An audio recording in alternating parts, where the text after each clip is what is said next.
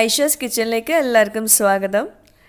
അപ്പോൾ ഇന്നത്തെ നമ്മുടെ റമദാൻ സ്നാക്ക് എന്ന് പറയുന്നത് ഒരു ഇഫ്താർ കിഴിയാണ്. നല്ല അടിപൊളി സ്നാക്കാണ് കേട്ടോ. നല്ല വെറൈറ്റിയാണ്, അതുപോലെ തന്നെ നല്ല ടേസ്റ്റാണ് ഇത് കഴിക്കാൻ. പുറമേ നല്ല ക്രിസ്പിയാണ്, അകത്ത് നല്ല സോഫ്റ്റാണ്. നമ്മൾ സമൂസ ഒക്കെ കഴിക്കുന്ന പോലത്തെ ആ ഒരു ക്രസ്റ്റാണ് ഇതിന്. പക്ഷേ അകത്ത് ഫില്ലിങ് കൊടുത്തിട്ടുള്ളത് പൊട്ടാറ്റോവും അതുപോലെ ചിക്കനും വെച്ചിട്ടുള്ള ഒരു ഫില്ലിംഗ് ആണ്. സൂപ്പർ ടേസ്റ്റാണ് കേട്ടോ. തീർച്ചയായിട്ടും എല്ലാവരും ഒന്ന് ട്രൈ ചെയ്ത് നോക്കാം. അപ്പോൾ ഇതാണ് നമ്മുടെ റമദാൻ കിഴി അല്ലെങ്കിൽ ഇഫ്താർ കിഴി.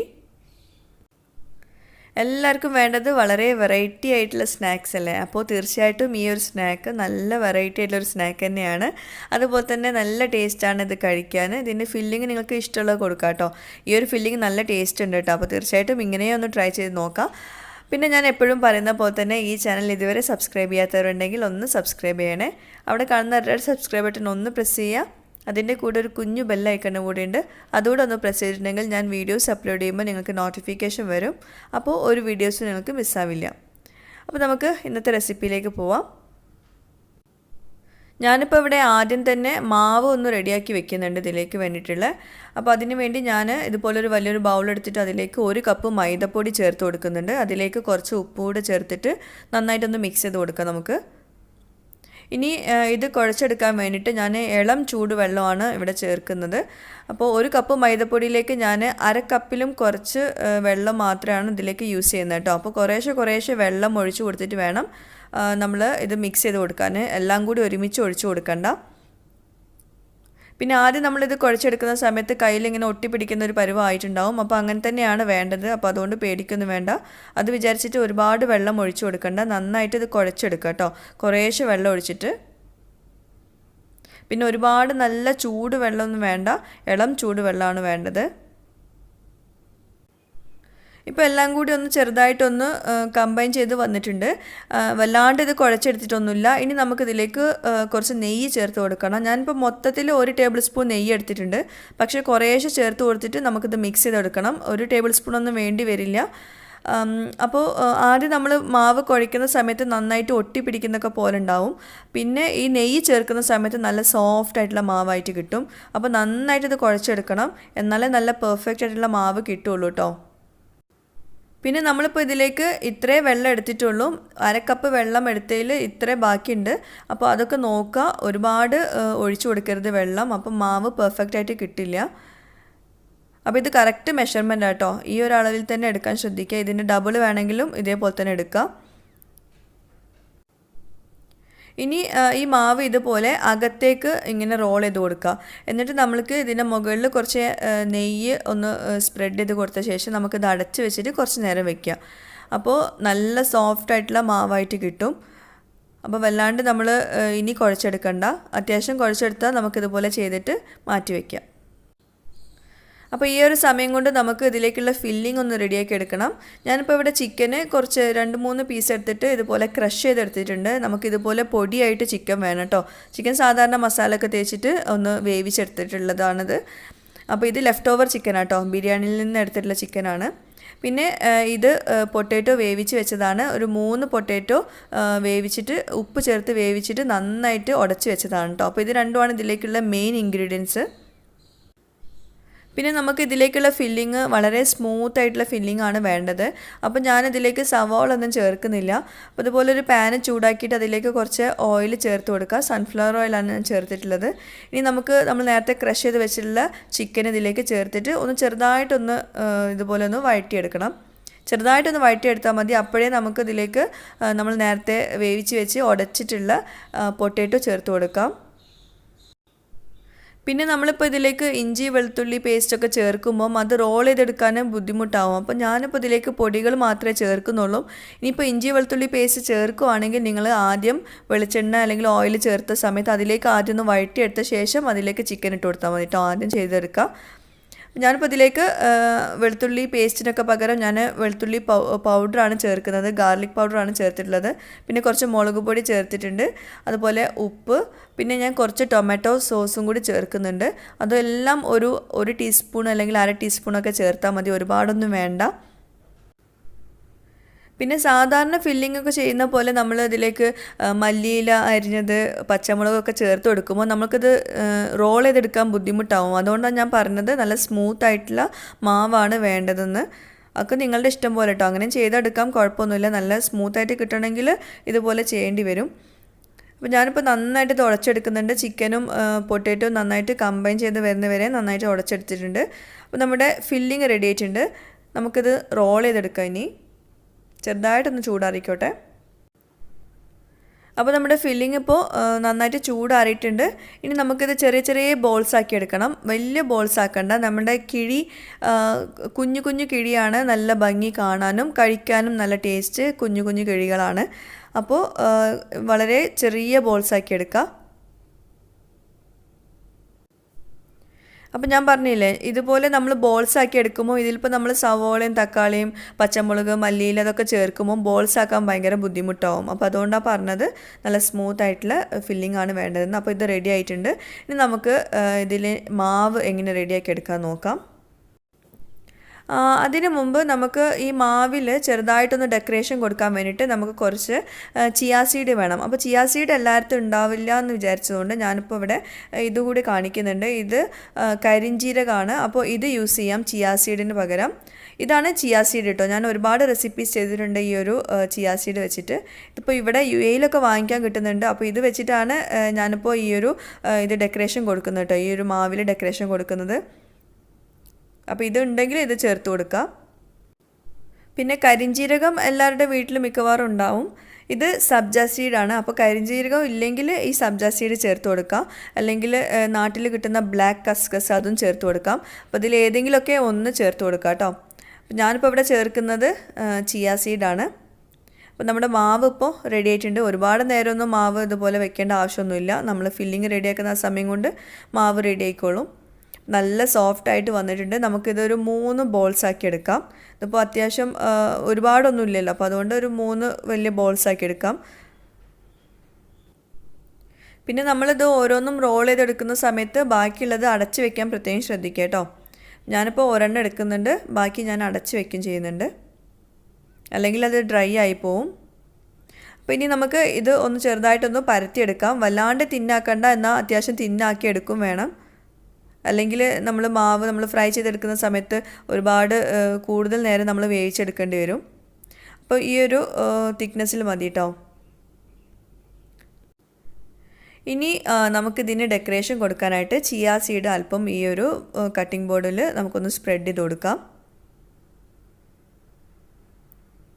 അല്ലെങ്കിൽ നിങ്ങളടുത്ത് ബ്ലാക്ക് ജീരകമാണെങ്കിൽ അത് ചേർത്ത് കൊടുക്കാം, അല്ലെങ്കിൽ സബ്ജ സീഡ് ആണെങ്കിൽ അതിട്ട് കൊടുക്കാം. എന്നിട്ട് നമ്മളിപ്പോൾ പരത്തി വെച്ച ഈ ഒരു പത്തിരി അതിൻ്റെ മുകളിൽ വെച്ചിട്ട് കുറച്ചൊരു പൊടി ഒന്ന് തൂവി കൊടുത്ത ശേഷം ഒന്നുകൂടി ഒന്ന് അമർത്തി പരത്തി കൊടുക്കണം. എന്നാലേ ആ ചിയാ സീഡ് ഇതിൽ നന്നായിട്ട് സ്റ്റിക്കായിട്ട് കിട്ടുള്ളൂ. അത്യാവശ്യം നന്നായിട്ട് പ്രസ് ചെയ്തിട്ട് തന്നെ പരത്തിയെടുക്കണം. എന്നാലേ നമ്മളത് ഫ്രൈ ചെയ്യുന്ന സമയത്ത് ഓയിലിൽ പോവാതിരിക്കുള്ളൂ. ഞാൻ അധികം പ്രസ് ചെയ്യാത്തതുകൊണ്ട് തന്നെ കുറച്ചൊക്കെ ഓയിലിൽ പോയിട്ടുണ്ട് ചിയാ സീഡ്. ഇനി ഇതുപോലെ ചെറിയൊരു റൗണ്ട് മോൾഡ് എന്തെങ്കിലും എടുത്തിട്ട് നമ്മൾ ചെറിയൊരു കട്ട് ചെയ്തെടുക്കുകയാണ്. ചെറിയ പത്തിരിയായിട്ട് കട്ട് ചെയ്തെടുക്കുന്നുണ്ട്. അപ്പോൾ ചെറിയ മോൾഡിനെ എടുക്കുക കേട്ടോ. വലിയ റൗണ്ട് മോൾഡൊക്കെ ആകുമ്പോൾ പിന്നെ വലിയ കിഴിയാവും. അപ്പോൾ ഭംഗി ഉണ്ടാവില്ല, കാണാനും കഴിക്കാനും ബുദ്ധിമുട്ടാവും. ഞാൻ ഇത്രയും അതുകൊണ്ട് 4 ചെറിയൊരു പത്തിരി ആക്കി എടുക്കുന്നുണ്ട്. പിന്നെ ഇതിൻ്റെ അടിഭാഗം മാത്രമേ നമ്മൾ ചിയാ സീഡ് കൊണ്ട് ചെയ്യുന്നുള്ളൂ കേട്ടോ. അകത്ത് ചിയാ സീഡ് കൊടുത്തിട്ടില്ല ഞാൻ. അപ്പോൾ നമ്മുടെ ചെറിയ പത്തിരികളൊക്കെ ഒന്ന് മാറ്റി വെച്ചിട്ട് നമുക്ക് ഒന്നുകൂടെ ഒന്ന് റോൾ ചെയ്തെടുക്കാം. നമ്മൾ നേരത്തെ കുഴച്ച് വെച്ചിട്ടുള്ള മാവ് ഒന്ന് പരത്തിയെടുക്കണം. വല്ലാണ്ട് തിന്നാക്കിയിട്ട് പരത്തണ്ട, അത്യാവശ്യം തിക്നെസ്സിൽ തന്നെ പരത്താം. അപ്പോൾ ഈ ഒരു പരുവത്തിൽ പരത്തിയെടുത്തിട്ടുണ്ട്. ഇനി നമുക്ക് കുറച്ച് ചിയാ സീഡ് സ്പ്രെഡ് ചെയ്തിട്ട് അതിൻ്റെ മുകളിൽ ഈ പരത്തി വെച്ചിട്ടുള്ള പത്തിരി വെച്ച് കൊടുത്തിട്ട് കുറച്ച് പൊടി തൂവി കൊടുത്ത ശേഷം ഒന്നുകൂടെ പ്രസ് ചെയ്തിട്ട് വേണം പരത്തിയെടുക്കാൻ. എന്നാലേ ചിയാ സീഡ് അതിൽ ഒട്ടി പിടിക്കുകയുള്ളൂ. ഇനി ഇത് റൗണ്ട് ചെറിയ മോൾഡൊക്കെ വെച്ചിട്ട് ഒന്ന് കട്ട് ചെയ്തെടുക്കുക. ഇപ്പോൾ ഈ ബാക്കി വന്നിട്ടുള്ള പീസ് വെച്ചിട്ട് നമുക്ക് ഒന്നുകൂടെ പരത്തിയെടുക്കാം കേട്ടോ. അപ്പോൾ ഞാനിപ്പോൾ ചെറിയ ചെറിയ പത്തിരികളാക്കി എടുത്തിട്ടുണ്ട്. ഇതിപ്പോൾ ബാക്കി വന്നിട്ടുള്ള പീസാട്ടോ. അപ്പോൾ അതുകൊണ്ട് ഞാൻ ഈ കിഴി ഒന്ന് കെട്ടി വെക്കാനുള്ളത് ഒന്ന് പരത്തിയെടുക്കുന്നുണ്ട്. അപ്പോൾ അത് പരത്തുമ്പോൾ നോക്കൂ നിങ്ങൾ, ഇപ്പോൾ ചിയാ സീഡ് ഇതുപോലെ ഇങ്ങനെ സ്പ്രെഡ് ചെയ്ത് വരുന്നുണ്ടല്ലോ. അപ്പോൾ ഇങ്ങനെയും നിങ്ങൾക്ക് വേണമെങ്കിൽ പരത്തിയെടുക്കാം, പക്ഷേ കുറച്ചുകൂടെ നല്ലത് ആദ്യത്തെ ഓപ്ഷനാട്ടോ. അപ്പം ഞാനിപ്പോൾ ഇത് ഈ കിഴി കെട്ടി വെക്കാനുള്ള ഒരു ത്രെഡായിട്ടാണ് ഈ പരത്തി വെച്ചത് കൊണ്ട് യൂസ് ചെയ്യുന്നത്. പിന്നെ ഇതുപോലെ ഇങ്ങനെ കെട്ടി വെക്കണമെന്ന് നിർബന്ധമൊന്നുമില്ല, ഞാനൊരു കാണാനൊരു ഭംഗിക്ക് വേണ്ടി ചെയ്തതേ ഉള്ളൂ. അപ്പോൾ ഇതുപോലെ മാവ് ഉണ്ടെങ്കിൽ മാത്രം ഇങ്ങനെ ചെയ്തെടുക്കാം കേട്ടോ. അപ്പോൾ ഇത് മാറ്റി വയ്ക്കാം നമുക്ക്. ഇനി നമുക്ക് ഇഫ്താർ കിഴി റെഡിയാക്കി എടുക്കാം. അതിനുവേണ്ടി നമ്മൾ നേരത്തെ പരത്തിയിട്ടുള്ള ചെറിയ പത്തിരിയൊക്കെ എടുത്തിട്ട് ചിയാ സീഡുള്ള ഭാഗം താഴേക്ക് വയ്ക്കുക. എന്നിട്ട് അതിൻ്റെ മുകളിൽ ഒരു ചെറിയ ചിക്കൻ പൊട്ടാറ്റോ ബോൾ വെച്ച് കൊടുക്കാം. എന്നിട്ട് ഇതുപോലെ ഞെറിഞ്ഞെടുക്കണം, അകത്തേക്ക് ഞെറിഞ്ഞെടുക്കുക, ഒരു കിഴി പോലെ ആക്കിയെടുക്കുക, അത്രയേ ഉള്ളൂ. പിന്നെ ഈ ത്രെഡ് ഇട്ടിട്ട് കെട്ടണം എന്ന് നിർബന്ധമൊന്നുമില്ല, ഇതുപോലെ തന്നെ ഫ്രൈ ചെയ്തെടുക്കാം നേരിട്ടിട്ട്. അപ്പോൾ നടുവിൽ ഒന്ന് പ്രസ് ചെയ്ത് കൊടുത്താൽ മതി, അപ്പോൾ അവിടെ നന്നായിട്ട് സ്റ്റിക്കായിട്ട് വന്നിട്ടുണ്ടാവും. അപ്പോൾ ഇതുപോലെ വേണമെങ്കിൽ ഫ്രൈ ചെയ്തെടുക്കാം കേട്ടോ. നമ്മുടെ കിഴി റെഡി ആയിട്ടുണ്ട്. ഇനി ഇതൊന്ന് കെട്ടി കൊടുക്കണം, ഒരു ഭംഗിക്ക് വേണ്ടിയിട്ട് മാത്രമാണ്. അപ്പോൾ നിങ്ങൾക്ക് ഇഷ്ടമുള്ള രീതിയിൽ കെട്ടിയെടുക്കാം കേട്ടോ. ഞാനിപ്പോൾ ജസ്റ്റ് ഒരു ചെറുതായിട്ടൊരു നോട്ട് ഇട്ട് കൊടുക്കുന്നേ ഉള്ളൂ. അപ്പോൾ ഇതുപോലെ ചെയ്തെടുക്കുന്നുണ്ട്. ഓക്കെ, അപ്പോൾ നമ്മുടെ ഇഫ്താർ കിഴി റെഡി ആയിട്ടുണ്ട്. ഇത് ഫ്രൈ ചെയ്തെടുത്തിട്ടുണ്ടെങ്കിൽ നല്ല അടിപൊളിയാണ്, കാണാൻ നല്ല ടേസ്റ്റി ആയിട്ടൊരു സ്നാക്കാണ് കേട്ടോ. ഞാൻ ഒന്നുകൂടെ റോൾ ചെയ്തിട്ടുള്ളത് കാണിച്ചു തരാം. ഇതുപോലെ ഒരു പത്തിരി ചിയാ സീഡുള്ള ഭാഗം താഴേക്ക് വെച്ചിട്ട് പത്തിരി എടുക്കുക. എന്നിട്ട് അകത്ത് പൊട്ടാറ്റോ ചിക്കൻ ബോൾ വെച്ച് കൊടുക്കുക. എന്നിട്ട് ഇതുപോലെ ഞെറിഞ്ഞെടുക്കണം, അകത്തേക്ക് ഞെറിഞ്ഞെടുക്കണം, ഒരു കിഴി പോലെ ആക്കിയെടുക്കുക. എന്നിട്ട് മിഡിലിൽ ഒന്ന് പ്രസ് ചെയ്ത് കൊടുക്കുക. അപ്പോൾ നമ്മുടെ കിഴി റെഡി ആയിട്ടുണ്ട്. ഇനി ഇതൊന്ന് കെട്ടി കൊടുക്കാനുണ്ട്, ഡെക്കറേഷന് വേണ്ടി മാത്രമാണ് കെട്ടി കൊടുക്കുന്നത്. അപ്പോൾ നേരത്തെ നമ്മൾ റെഡിയാക്കി വെച്ചിട്ടുള്ള ആ നൂല് കൊണ്ട് ഒന്ന് കെട്ടി കൊടുക്കുക. അപ്പോൾ നമ്മുടെ ഇഫ്താർ കിഴി റെഡി ആയിട്ടുണ്ട്. ഇതുപോലെ ബാക്കി എല്ലാതും കൊണ്ട് ചെയ്തെടുക്കുക.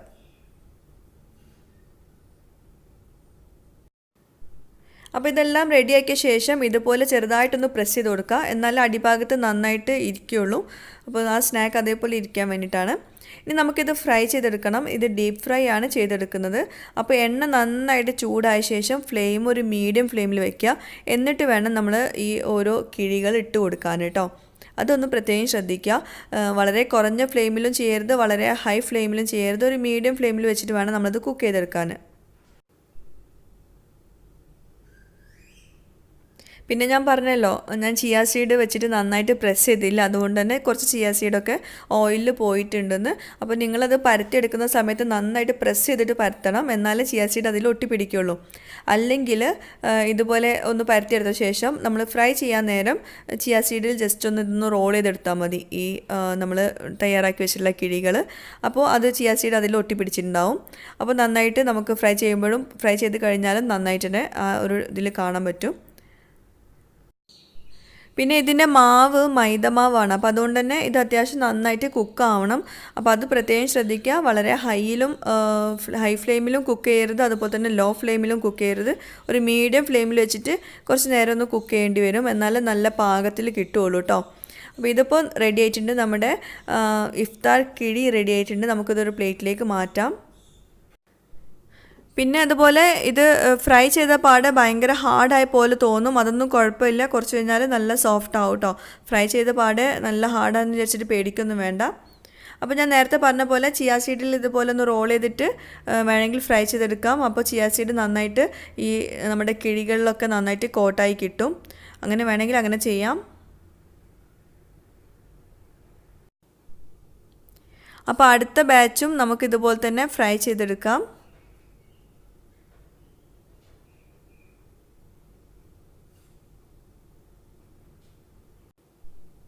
പിന്നെ ഇതിൻ്റെ ഫില്ലിങ് നിങ്ങൾക്ക് ചിക്കനോ മട്ടനോ ബീഫോ ചെമ്മീനോ ഒക്കെ വെച്ചിട്ട് ചെയ്യാം കേട്ടോ. ഇനി അതുമില്ലെങ്കിൽ മധുരമുള്ള ഫില്ലിങ്ങും ചെയ്തെടുക്കാം കേട്ടോ. അപ്പോൾ നമ്മുടെ ഇഫ്താർ കിഴി രണ്ടാമത്തെ ബാച്ചും റെഡി ആയിട്ടുണ്ട്. അത് നമുക്കിതുപോലെ പ്ലേറ്റിലേക്ക് മാറ്റാം.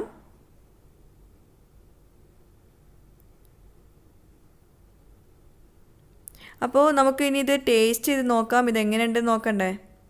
അപ്പോൾ ഇതാണ് നമ്മുടെ ഇഫ്താർ കിഴി. നല്ല ടേസ്റ്റി ആയിട്ടുള്ളൊരു സ്നാക്കാണ്. ഇതുപോലെ തന്നെ റെഡിയാക്കി എടുക്കാൻ നോക്കുക. നല്ല ടേസ്റ്റാണ്, ഷുവറാണ്, നല്ല ഭംഗിയാണ് കാണാൻ. എന്തെങ്കിലും ഇഫ്താർ പാർട്ടിയൊക്കെ ഉണ്ടാകുമ്പോൾ തയ്യാറാക്കാൻ പറ്റുന്ന നല്ലൊരു വിഭവമാണ്.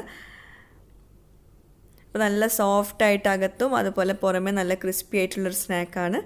അപ്പോൾ തീർച്ചയായിട്ടും ട്രൈ ചെയ്തിട്ട് എനിക്ക് ഫീഡ്ബാക്ക്സ് അയക്കണം. അതുപോലെ നിങ്ങൾ ഇതൊക്കെ ട്രൈ ചെയ്ത് നോക്കുന്നുണ്ടെങ്കിൽ ഫോട്ടോസ് എനിക്ക് മെയിൽ ചെയ്ത് തരാം. പിന്നെ കുറേ പേര് എനിക്ക് ഇൻസ്റ്റാഗ്രാമിലും അതുപോലെ ഫേസ്ബുക്കിലൊക്കെ വാട്സപ്പിലൂടെയൊക്കെ ഫോട്ടോസ് സെൻഡ് ചെയ്ത് തരുന്നുണ്ട്. അപ്പോൾ അതിന് പകരം ദയവായിട്ട് എനിക്ക് മെയിൽ ചെയ്യുക കേട്ടോ ഫോട്ടോസ്. എന്നാലേ എനിക്ക് അത് അടുത്ത വീഡിയോസിലൊക്കെ അത് ഇൻക്ലൂഡ് ചെയ്യാൻ പറ്റുള്ളൂ. പലതും പലയിടത്താണ് കിടക്കുന്നത്, അതുകൊണ്ടാണ് എനിക്ക് ആഡ് ചെയ്യാൻ പറ്റാത്തത് കേട്ടോ.